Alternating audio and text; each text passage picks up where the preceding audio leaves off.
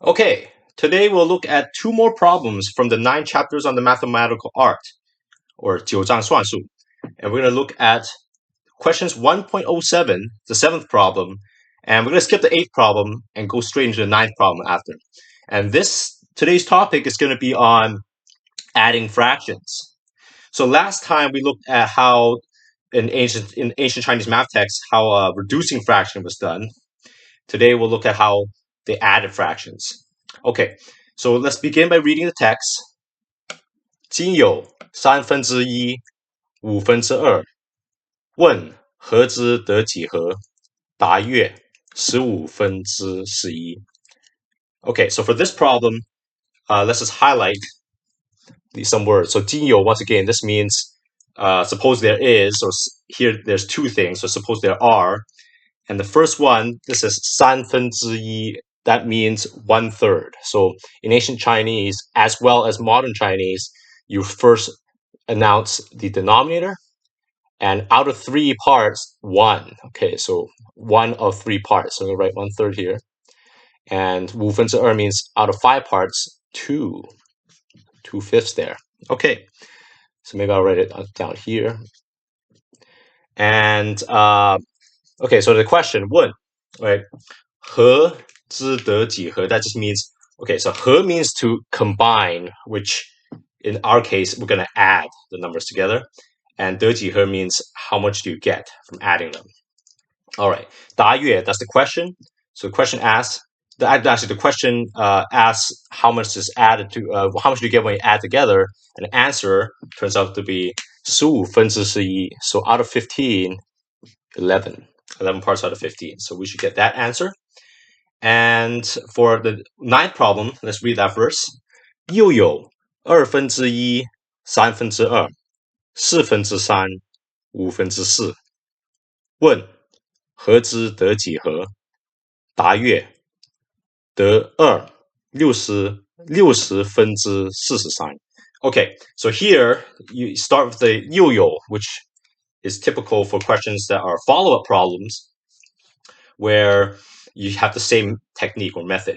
And in this case, we're adding fractions. So let's decode the words here. 二分之一, that means out of 2, 1, so that's 1/2. 三分之二, out of 3, 2, so 2/3. 四分之三, out of 4, there are 3, so 3/4. 五分之四, out of 5, there are 4, so I'm going to put 4/5 there. 合之得几何? Okay, 问 is the question. 合之得几何? What do you get after you add them up? 答曰, answer. The answer is 得. Okay, that means result. So that's result. 得. And 二. Okay, so notice that here I put a comma, and this means that you start with 2, and that's going to be the whole part. That's the whole part. And then you read the fraction afterwards, 60分之43. So out of 60, there's 43. So this is actually a mixed number. It's not just a fraction. So that's how you understand that. And we'll take a look at the technique or the method, which in Chinese is called the 合分数. 合分数 means the method of adding fractions. 合分数曰母互成子并以为实母相乘为法实如法而依不满法者以法命之其母同者则相重之. All right, so what this says is that this is the statement for the addition of fractions. That's the method of adding fractions. And you have to understand that in Chinese, 母 and 子 means the denominator and the numerator respectively. So here, there's a new term, 互乘. So in the previous videos, we looked at the term 相乘, which literally translates to mutual multiplication. But mutual multiplication is just regular multiplication. So I'll just translate that as multiplication. But what's 互乘? Well, 互乘 is actually a special form of multiplication where you cross multiply numbers. So what they mean here is you take the numerators of each fraction and we cross multiply them with all the denominators of the other fractions. Okay, I'll later explain the proper name for this technique. Fucheng is actually not the name of that technique, but is the name of an operation that's used in that technique. Okay, so once you do that, 并以为时, that means you add them together. 并 means to combine, another term for combine, just like 和. And 时, okay, so this word in regular Chinese, it will mean the actual, what's actualized, what is true. But in ancient Chinese mathematics, it actually means the dividend. So I'm going to write the pinyin here, 时, S-H-I, second tone. So this means dividend. Okay, and we'll read on. Okay, 母相乘为法. All right, 相乘. So we know this means regular multiplication. Maybe I should just write that word here. Multiplication, multiply. This is 互乘 is the cross multiply. Okay. All right, so that means you just multiply all the numbers in the denominators of all the fractions, and you make that 法, 为法. Okay, so 法. I'll write the pinyin here, F-A, third tone.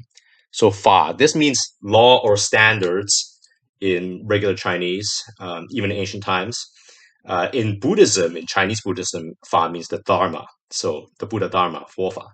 But in Chinese mathematics, 法 actually means the divisor. Okay, so divisor. I'm not sure why the law has to do with the divisor. Okay, so next part says 实如法而已. And this way of putting it is kind of strange to the modern ear, even for Chinese people. But what that just says is to divide the numerator by the denominator. Okay, they don't use numerator divide denominator. They don't say it that simply. Okay, so the next part says 不满法者以法命之. So what that means is that if it does not divide completely, use the divisor to define the fraction. That's what 命 means. 命 means to as an imperative, as a command, or it can also mean the will of something, but here we're going to define as define. We're going to use the word define for 命.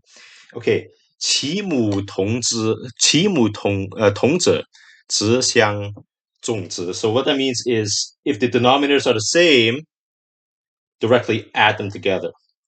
Okay, but what does the last two lines really mean? Well, the last two lines is actually a reference to a technique, which I'm going to write the Chinese character here. Oops. Okay, so I'm going to write the Chinese character here. So the first character is called qi. Qi means to make things equal, and tong means to make them the same. So this is usually translated as the tong. So su. So qi tong su. That means the method of equalizing and homogenizing. That's what it's translated to. So we'll take a look at this method in detail, especially with problem 1.09. So I'm going to erase this board. We're done with this one. And I'm just going to illustrate how adding these fractions are done. So we'll quickly take a look at the steps for the first problem, 1.07. And for the first problem, well, it's a very easy one. 1/3 plus 2/5. Now, normally in grade school, in elementary school, they tell you to find a common denominator, and in this case, you're going to get 3 times 5, so that's 15. I just wrote them here. And then you got to scale the top and the bottom by the opposite fraction, right? The other fractions, I should say. So 1 times 5 and 2 times 3, so it gives you 5 over 15 plus 6 over 15. And that results in a net 11 out of 15, which agrees with the answer in the book, in the Jiuzhang Suanshu. And this is exactly what they're doing. But instead of writing them separately, they would probably have thought of it as one complete fraction like this. So I'm just going to make the erasure there. I'll erase that better. So they would have viewed it like this. Actually, even better, I should write 3 times 5. Yeah. Okay, so that's what's instructed in the 合分数, the method of adding fractions. Okay, so let's take a look at how the ancient Chinese would have done it for more than 2 fractions. Well, they would use the counting rods, which I won't bother writing down, but I'm going to write out the components. So remember, 子 means the numerator. I'm just going to write num. And 母, okay, 母, that means, okay, 母 means the denominator. Okay, so by the way, 子 means the child, and 母 means the mother in regular Chinese, but in math lingo, 子 means numerator, 母 means denominator. Okay, so we need to line them up. I'm going to write out the fractions. Remember, it was 1/2, 2/3, 3/4, and 4/5, right? So we're trying to add these numbers together. We're trying to do 1/2 plus 2/3 plus 3/4 plus 4/5. We just line them like that. And then they're going to do the next thing, which is to homogenize. So we're going to write the word qi. Okay, so qi.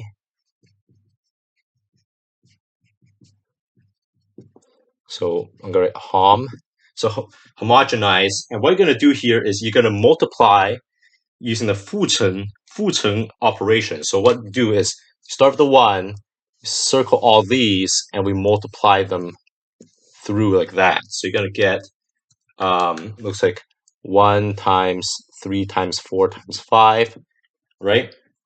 And then the next one, you're going to do something similar, but you're going to do 2 times 2, 4, and 5, right? And then you're going to add, okay, I'm running out of space here, so I'm going to add 3, and then you're going to do 2, 3, and 5. So you just skip the denominator that's part of the same fraction. And then 4 multiplied by 2, 3, and 4. Okay, so let's see what these numbers will give us. So 1 times 3 times 4 times 5, that's 3 times 20, so that's 60. 2 times 2 times 4 times 5, that's going to be 20 times 4, so that's 80. Okay, so 3 times 2 times 3 times 5, that's going to be 9 times 10, so that's 90. And 4 times 2 times 3 times 4, that's going to be 8 times 12, so I'm getting 96. Okay, so 96. And what you're going to do next is you're going to add them together. That's why I put these plus signs. Now, usually they would not have a symbol for plus. They'll just add these 4 numbers together, and that gives us a total. It gives us a total of 326. Okay, 326 is the total. All right, and that's going to be the 十. So I'm going to write the character here, 十. Give me red and blue.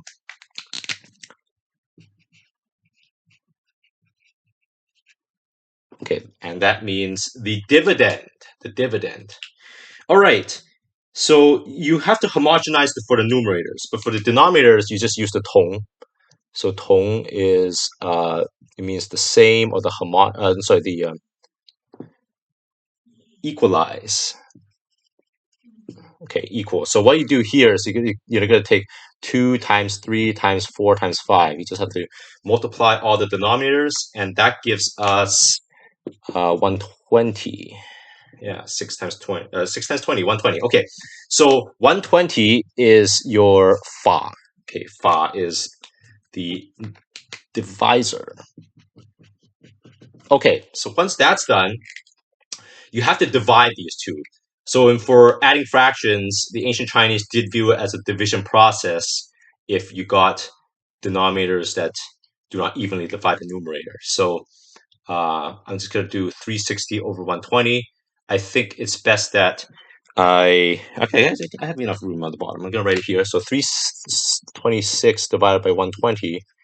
Well, I'm going to demonstrate how the ancient Chinese would have calculated. So they would have used counting rods, but what you do is you first write the thing you want to divide.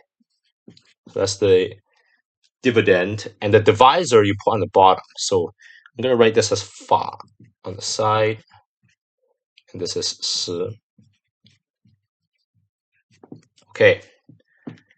And then the quotient actually has a name. It's called the zhāng, which means to consult. So what you do is you first find how many times does 120 go into 326, and that's going to be twice. And then you got to do the calculation. Okay, 2 times 120, that gives me 240. So what happens is you're going to update this by subtracting 240 from 326, which gives us 86. Okay, so we're going to update that, 86. And that's it. So what happens is that the 2, okay, the 2 goes in front, and then you're going to get a fraction of 86 out of 120. And you'll notice that 86 and 120 are even. And by the method of reducing fractions, the 约分数, 约分数 actually tells us that if they're both even, which means they are both halvable, that's how it's stated in the Chinese text, halve both of them. So that's what give us, okay, look, 2 and 43 out of 60. And 43 and 60, they are co-prime, so they don't share same divisors. So we're done, and that's the answer for 1.09.